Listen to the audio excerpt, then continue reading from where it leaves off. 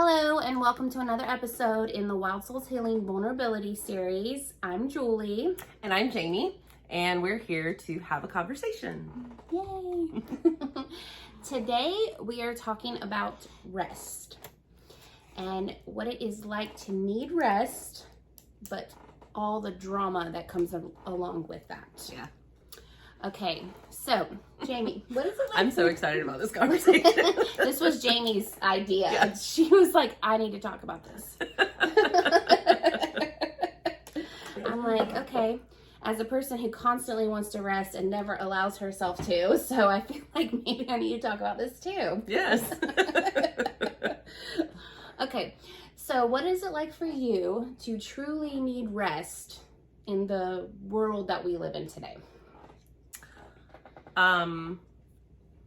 I think the most challenging part of recognizing when I'm tired and I need to take a break, I want to take a break, I immediately start asking myself, what more productive things could I be doing with that time? Like, there's an immediate judgment that taking a nap or taking days off or going on vacation or, you know, in the whole spectrum of time and energy and money that it would take to do any of those things, I will come up with, the first thought in my head is to come up with all of the other things that I could be doing with that time or money.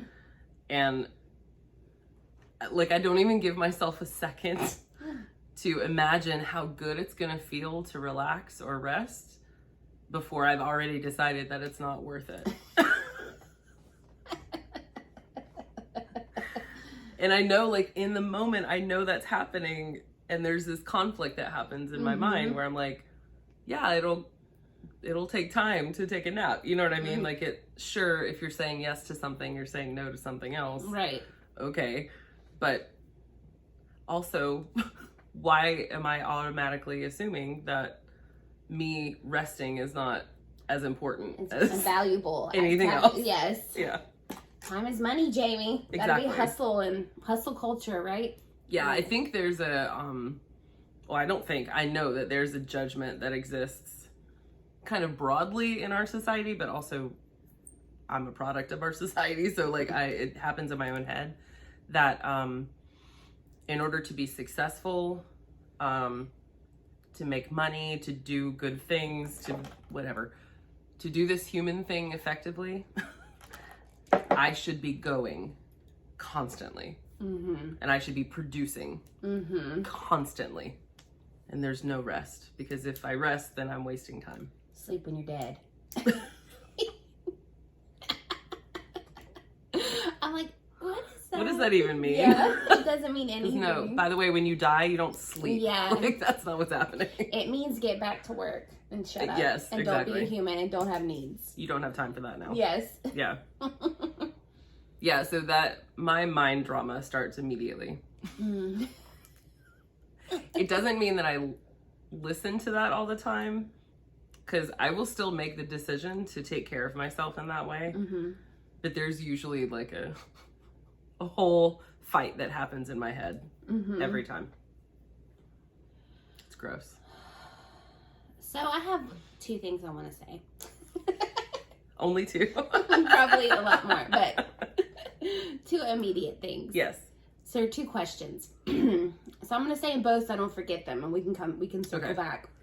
So how I feel like the idea that we're telling ourselves that whatever it is we are producing is more valuable than our human needs. Right. Like, if you really think about it, that is the message we're sending to ourselves. And so maybe it's not a question, it's just an observation. So why do you think in society, what does society gain by having this pervasive idea to keep us producing constantly at the sake of our own our own humanity? Are we really? Yes. So I'm grinning because I'm like, I could very easily go in like a soapbox conspiracy like direction with this. So I just want to say, first of all, I don't know. Like, I have no like provable evidence or something that what I'm about to say is 100% accurate. Okay. This is just my feel for the whole thing.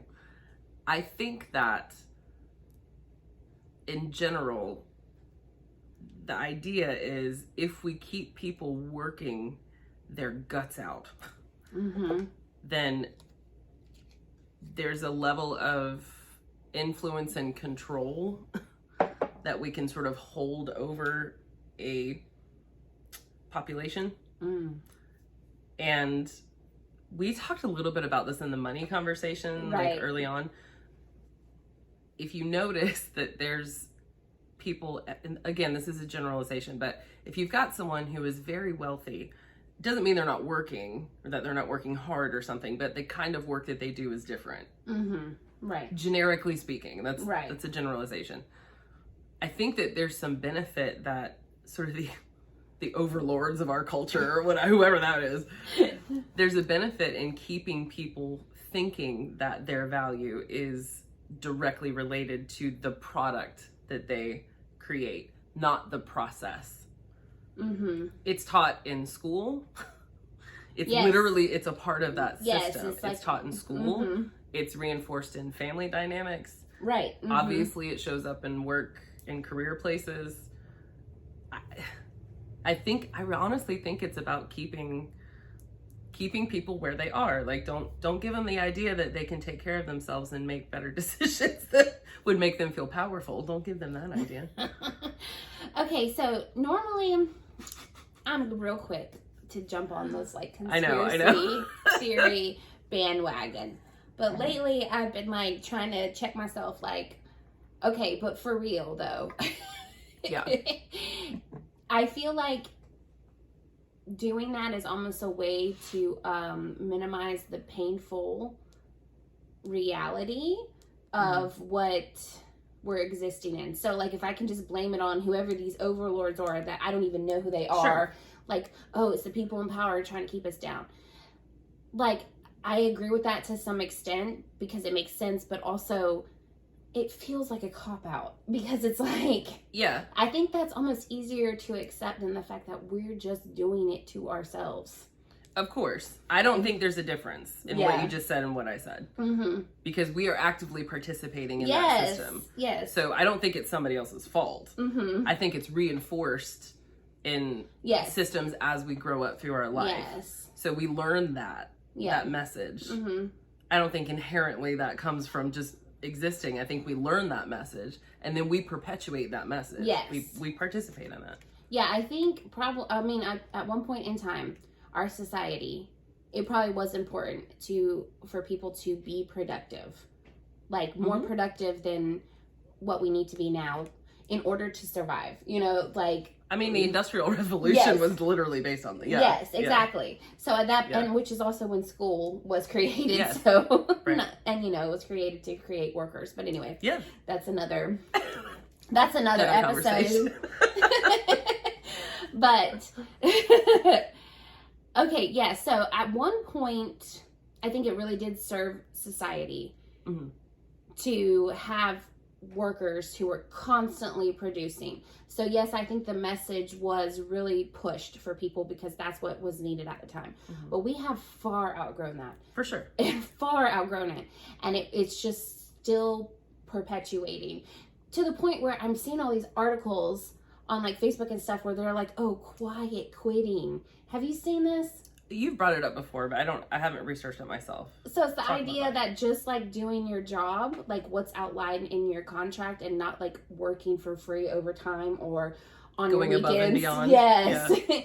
Is somehow like bad and like makes you a bad worker when it's like your boss doesn't pay you more than what's agreed upon in your contract. So why would you work more than what's agreed upon in your contract? Like, and so it's just, and you know, they're like, oh, nobody wants to work anymore. You know, you hear all that, you know, all that stuff all the time. And I'm like, who wants wants to work 24/7. Why is that a bad thing? Why is it looked at as a bad thing? And I just feel like it became so embedded in our consciousness as a society. No one has really examined it and like, okay, is this serving us still? You know? Is it just passed down? I mean, yes, I think so for sure. But I think you're right. The function of our society has far outgrown the necessity for, 100% production all the time, every day. We have for sure outgrown that. I think the pandemic was something that brought everybody's beliefs about this up to the top, because there were things that were happening outside of our control, that we had to respond to in a way that a lot of people were really, really uncomfortable with. Oh, absolutely. Because they were thinking, well, I can't do good work, or I'm not valuable if I'm not showing up to a job or an office or whatever every day and it looks like this. Right. I'm lazy if I'm choosing to work from home, or if I'm asking to work from home, or if I just stopped. If I just quit. If I just left because it was too dangerous or not a good situation, whatever. Right. I think that on the backside of that programming is the hunger for us to feel like we are doing something worthwhile here. That we matter and we have that purpose. We have value, that we're on the planet and we're contributing in a meaningful way. I think there's so much desire for that. And when someone is praised, speaking as a former educator, when someone is praised for being at the school for 12, 13, 14 hours in a day, I've just been given the idea that me working far outside of what is expected of me, far outside of what anybody has asked of me, that I'm better. Like I'm better than the average. So I'm not just meaningful and valuable, I'm like super valuable. Valuable plus. And so that message is sent really early on as a part of that programming. And I think for me, that's actually the louder message. It's not that like, I'm going to be worthless if I take a nap today. It's if I'm not going above and beyond and working myself to the bone or whatever, then I'm not like that extra meaningful. I'm not as valuable as I could be. That's a really strong message for me. Yeah. Especially now in the work that I do now is nobody's expecting me to show up at an office every day. Right. So if I take a day off and I don't see any clients that day, I don't get paid that day. Right. And so that like ask that question, do I take care of myself and get a lot of rest and feel refreshed and ready for the next day? Or do I go ahead and do this so that I can get paid today so that I can pay my bills? Right. And like one is automatically pitted up against each other. Right. Yeah. Yeah, that's a good question. If you don't have somebody, so knowing what you just said about how production and working and it really gives you've gotten the message that that's what makes you valuable. Right. And now as your own boss, you don't have anybody overseeing you. Telling me that, yeah. Yeah, and like, oh, look how much work Jamie did today. Right. Here's your gold star and your extra gold star. How has that changed your relationship to rest and work and productivity? It has been, it's been extremely challenging, but it's highlighted the beliefs that I have about all those things that aren't true. Because there's nobody setting the rules up for me, I'm setting my own rules up. So that has highlighted where I literally created a rule for myself that I don't like. Like it doesn't serve me. And then you're beating yourself to death. Exactly, yeah. So it's been painful and it's been challenging, but I think it's been necessary for me to really take a deep look at the choices that I make about my schedule, my time, the amount of rest that I get and why I'm making those choices. Like, whose rules are they based on? Mm-hmm. Mine, because I work for me. So like when you can't blame it. I can't blame it on anybody else anymore. And it highlights the thought process that I would have gone through, or that I did go through, to create that rule for myself. Why? Mm-hmm. Why was that so important at the time? Mm-hmm. So it's necessary work, and I'm glad that I am doing that, but it's icky. Yeah. I just think it all goes back to the way that we parent and the way that sure. educators control kids. It's like, it sure. is control, like you said. Mm-hmm. So, and I just think that's just because no one has taken the time until recently, I think, to really sit down and recently, as in like societally, you know what I mean? I want to say this too. Yeah. I think that in that same vein, we've also established that it's kind of dangerous to challenge that system. Mm-hmm. Because if you speak up for yourself and say, no, actually, I'm not going to do that today. I'm going to take care of myself today, and this is how I'm going to take care of myself. Mm-hmm. Especially if you're saying that to another person. Mm-hmm. At least for me, that feels dangerous, because their response could be like how selfish you are, or how, you know what I mean? Like all that drama that comes with that. So not only are we operating within like these certain programmed rules, mm-hmm. but it also has proven to be really, really uncomfortable if you challenge that. Or it can be. Mm-hmm. That may not be uncomfortable for everybody, but for me, it feels gross. For someone to say, how dare you, Jamie? You're right. so selfish. Right. For me to say, like, I need to take a day of rest. I'm going to take the week off. I'm not going to see any clients whatsoever. Mm-hmm. Even to say that to my husband, who loves and adores me, there's some real fear that he's going to be like, so you're not contributing to the household this week? Like, you just decided that? He's never said that to me. He's never said that to me, ever. Ever. And never will. But that's a very real fear that I have. Yeah. So I think that's an aspect of it too. Mm-hmm. Like, sure, yes, I can take care of myself, but if that means that I need to like challenge somebody else's expectations of me, that can get uncomfortable. Oh yeah, that's another part of it, is like not meeting other people's expectations because you're just meeting your own needs. Yes. Which, I mean, I think that shows up in a lot of different ways, but we're talking about rest right now. But anytime I think you have to kind of not meet other people's expectations, it's incredibly uncomfortable. Absolutely.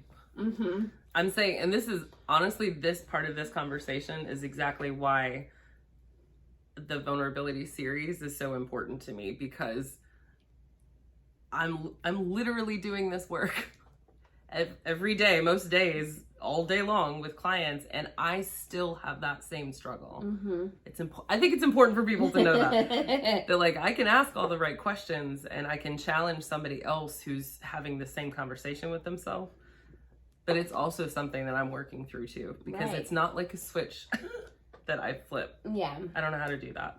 Jamie's still a human. I'm still human. I'm still a human who really wants people to like her. Yeah. I'm still a human who really wants people to think that she has a lot of value. Everyone wants that. Everyone still has needs. And, of course. You know, just because you might figure out how to meet your needs, or even recognize that this is a need, doesn't mean it goes away. No. So. And that's a good point, actually, recognizing when there is a need for something, which, I mean, I've been there when you're working that, you're so deep into that system that is just, you just blindly push yourself to work hard and often and all day long. There's an aspect of there's like,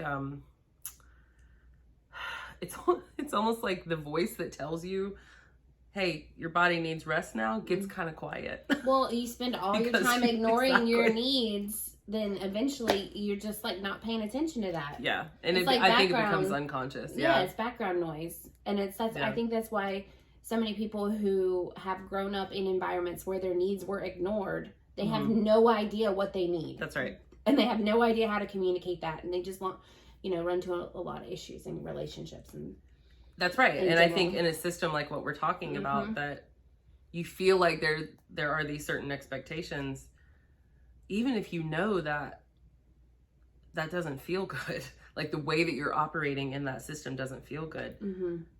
Somebody's saying to you, well, but you need to recognize your own needs. You need to meet your own needs. Okay, great. You're like, great, I don't know what that is. I know I feel like crap, but I don't really know what my needs are. What is the need? That's really common, actually. Yes. Yeah. And then, so on top of not recognizing what your own needs are, but then even if you do know what you need, then usually there's a bunch of shame piled on top of it. Yes. So it's trying to wade through even that to where you can like just authentically state, this is what I need. Yeah. So if you're wondering why this whole conversation is still like why societally it's a thing, like all the reasons that we just said. Okay, we answered it. We cleared it up. The end. It's uncomfortable to speak up for yourself. It just is. And yeah. Maybe not for everyone, but sometimes it is. Not to take this to a super dark place, but I'm about to. But I mean, let me get some water. Yeah. But just as a society, like, let's really be real. We're not that great at valuing humanity, just in general. It's something that we're still growing into. And so it makes sense that needs and the needs of people in general are just not high on the priority list of just what's in the, our collective beliefs and priorities. So again, not to blame this on anybody specifically, but let's do it. It'll feel good. Let's be petty. Yeah. I really think that there have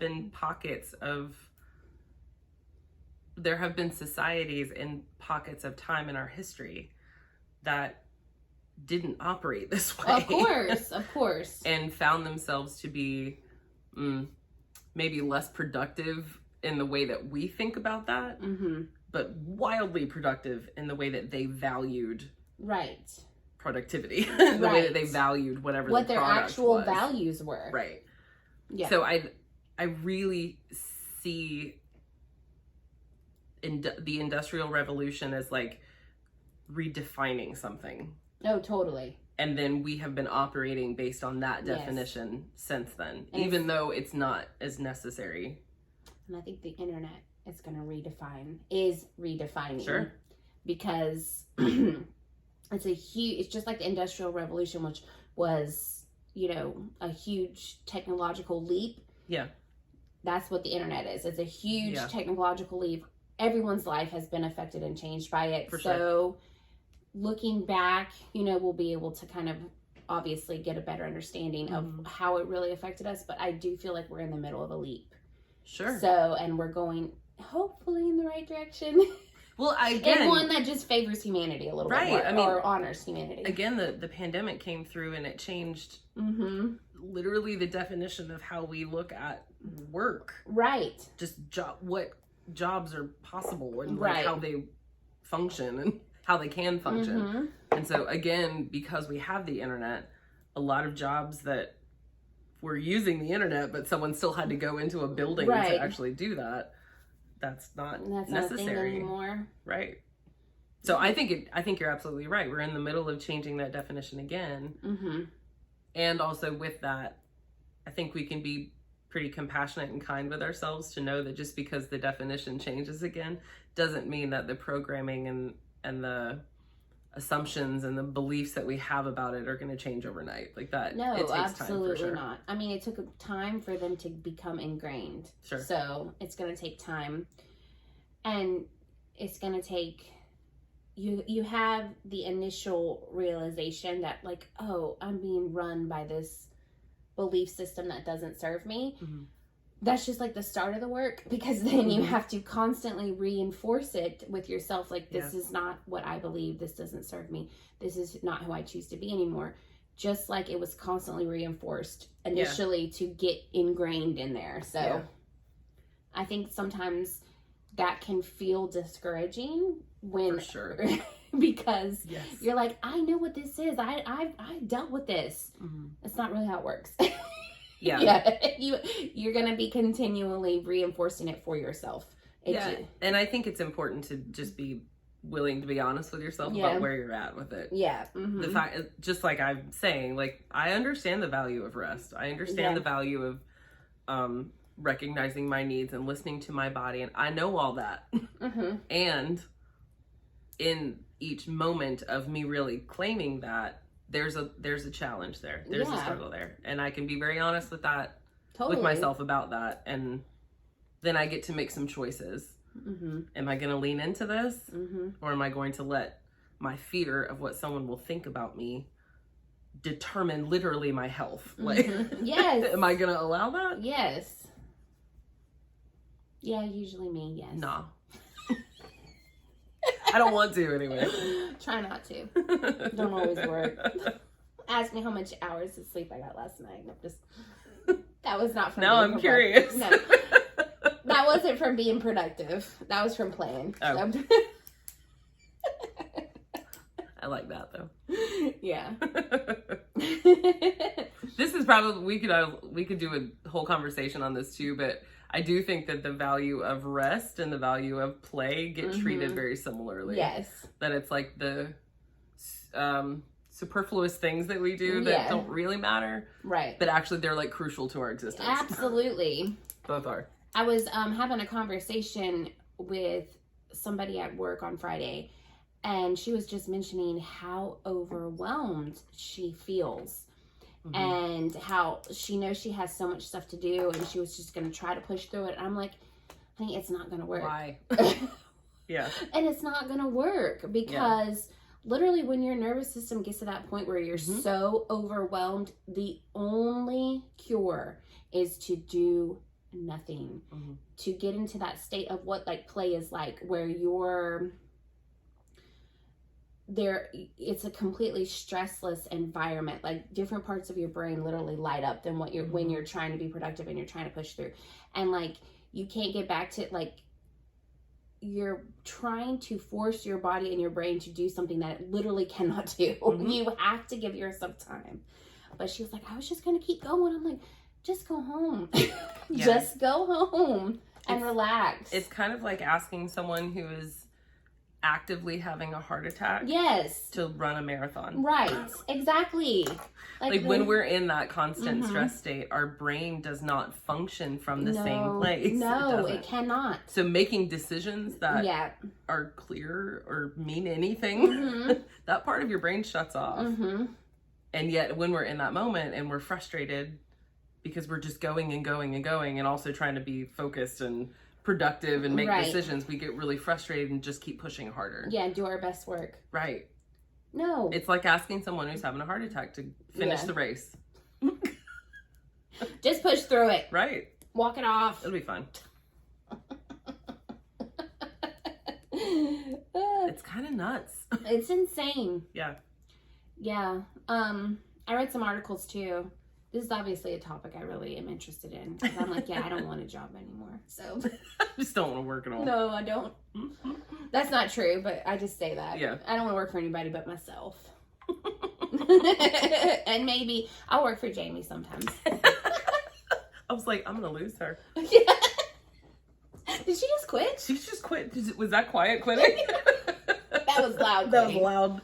That was not just passive aggressive. That was just loud. That was loud quitting. Broadcast to the internet. Please don't leave. No, come back. Take all the naps you want. Yes. That's how you negotiate, guys. You can have all the days off. You can have as much rest as you want. Please don't leave. I forgot what I was talking about. So I read all these articles about other countries and companies that have tried out 4-day work weeks and also cutting down the workday to like 6 or 7 hours and like measuring the productivity from both models. And they're saying it really doesn't make a difference, that people end up doing just as much work or sometimes even more work in the shorter work week because they are rested, because they can think and do their best work when they actually are at work.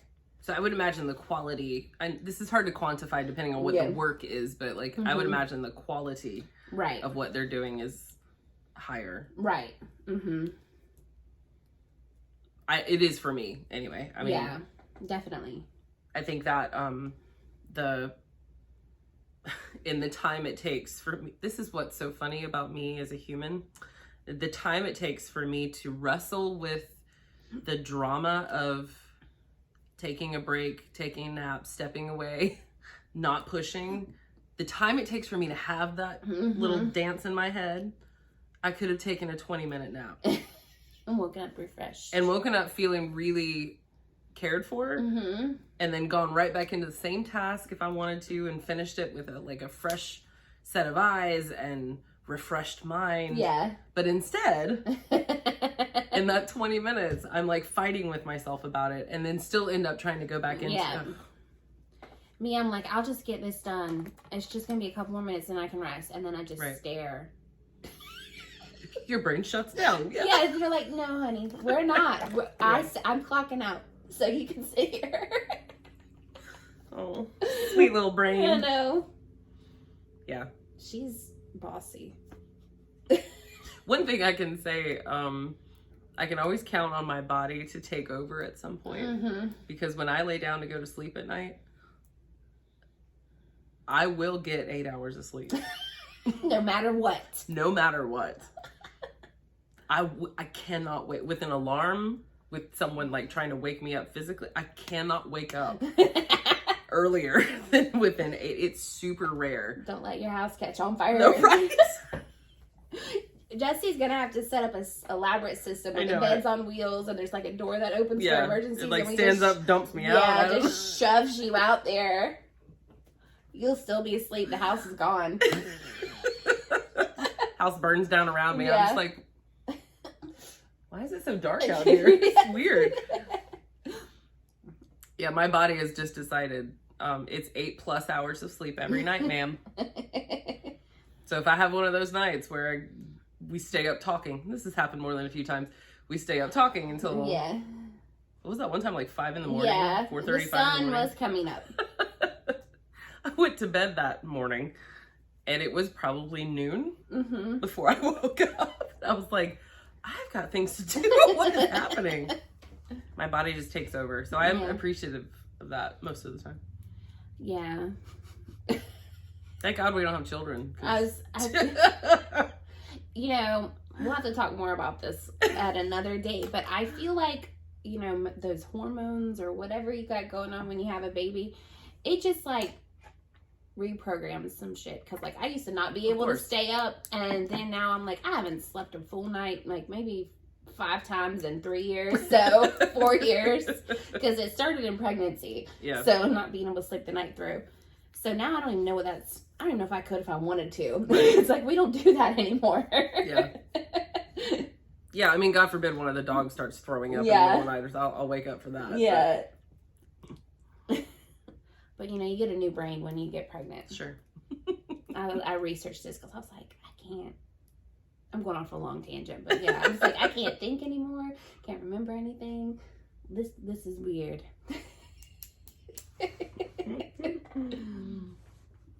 And I was reading it like it never comes back.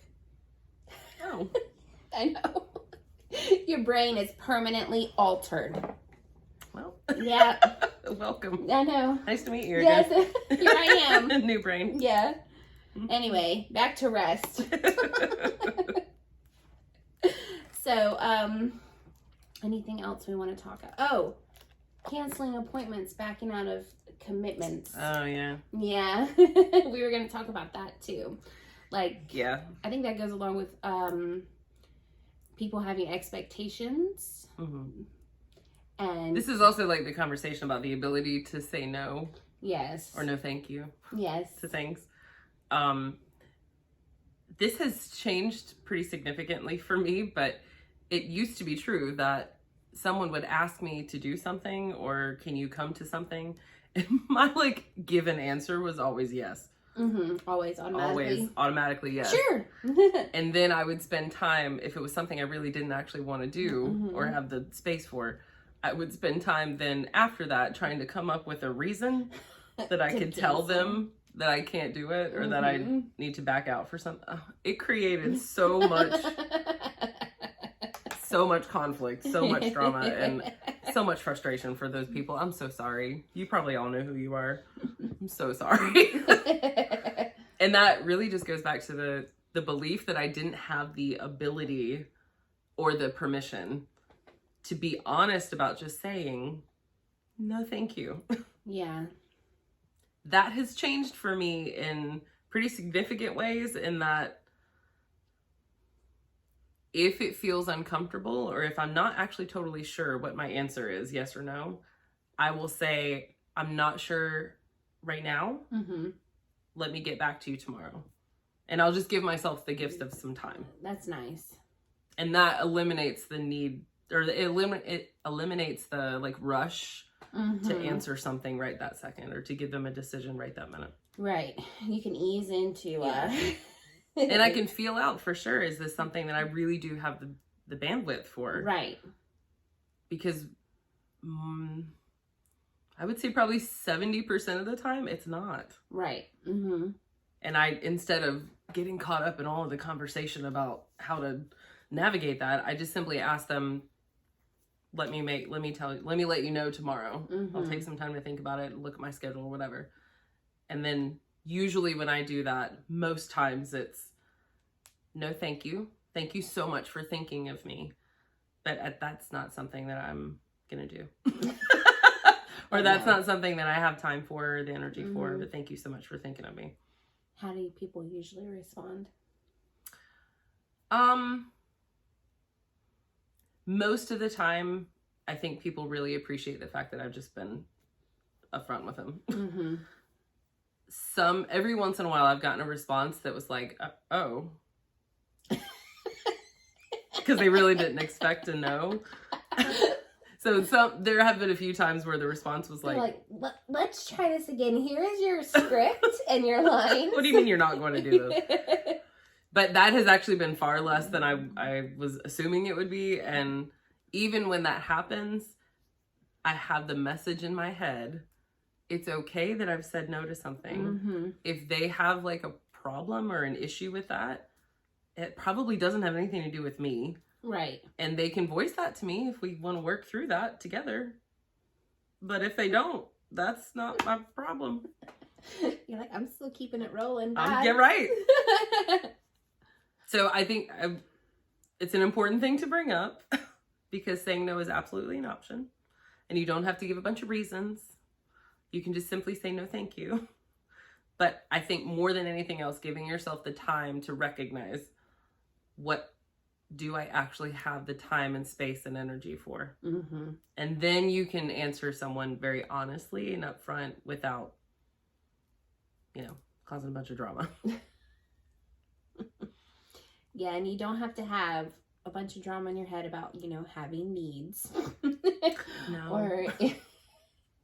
And I have had friends, I understand, because I've had friends in the past where I will tell them no. And I have to get kind of stank with them when I don't want to, because they're just I'll be like, oh, I'm tired. And that's not a good enough reason. Right, yeah. The fact that I have physical or emotional needs that I'm choosing to meet with this time is not a good enough reason. So then I have to say, I'm not doing it. Thank you, but that's just not something I'm going to do. No. Yeah, and I think that the important takeaway from that too is the guilt or conflict or drama or whatever that you may feel about that is your work. Right. It's not theirs. And however put out they may feel that you're not coming to their thing is their work, and that's not yours. Not mine. And if we can just let each other have our own experience, have your own experience, and I'm just going to be as honest and authentic with you as I possibly can, I think all this would be a lot easier. Yeah. We'll get there one day. We'll get there one day. 300 years from now. as a society. It took us 300 years almost to get here. So, I know. I mean, I know we can I'm about to go on the long tangent again. Okay, so apologize. You can just fast forward if y'all don't want to. But if you think about the values, like the true values of why our country was created and what it actually was about, the founding fathers, like why they came here and what they wanted it for, it makes sense that now we are in the place that we're in. It really does. Like if you actually, turn a critical eye to that, meaning not think, beyond the third grade right founding of America history lesson that we all received. Like maybe our country wasn't founded by good men. We're thinking about the humanity of maybe it wasn't discovered by a good man either. Discovered. Maybe the system that we exist in doesn't care about our humanity. Sure. So maybe it is our job to honor ourselves by examining these beliefs that we have picked up and think about how they are affecting the way that we value ourselves, the way that we understand who we are, the way that we understand what our needs are, like maybe that's our job as individuals. I think it's our responsibility and I think we owe it to ourselves. Yes. To be willing to do some of that critical thinking. Something that I tell my clients a lot is if this entire conversation feels like just a lot of theoretical information, you know what I mean? If it feels like it's big and kind of heady, I just always suggest you ask yourself the question, do you feel good? Just do you feel okay? Are you okay? This moment? Right. And when you feel moments in your existence daily that just really don't feel good, the first question I always ask my clients to ask themselves is, where are the energy leaks? Like, where are there places in your life where you're spending more time or energy on something that doesn't fill you up? It doesn't really add value to your life. You know what I mean? Where it's like a leak in a tire. There's no judgment about that because we all have plenty of them. But one of those things may be, I'm pushing myself to stay here 2 hours after everybody else has left. For what? When it literally does not matter if I do it now or tomorrow. That's 2 hours of an energy leak that if you could suck that back in, you would have a little bit more, right? A little bit more gas in the tank, a little bit more to go on. Air in the tire. Right.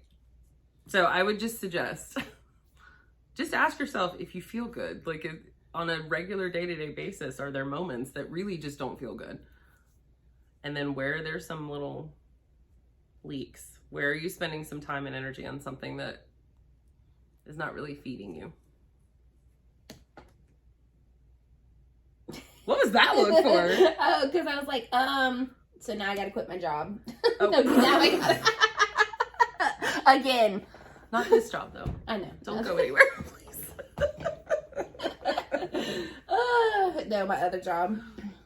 No, this conversation is a lot for me because I don't rest. Not near as much as I want to, and I just push myself so hard that I get to the point where I literally can do nothing else but just. And so I feel like because I don't have that balance in my life, I actually miss out on things because I'm leaking all my energy out, like you said, the stuff that doesn't really matter. Right. At least not to me. It may matter to other people, but it doesn't matter to me. Right. It's not based on your values. Yes, exactly. So then when I have those periods of time where sorry, but I just can't because I literally can't and I have to do nothing, then it's like my body puts the boundaries in place for me. Whereas if I do miss out on sometimes on things that I actually do value. That could fill you up. Yes, and that could fill me up. Yeah. So if I were able to kind of add some balance so I have boundaries along the way, then, there'd be more space in my life for, like you said, things that actually fill me up. Sure. So the balance question is a constant.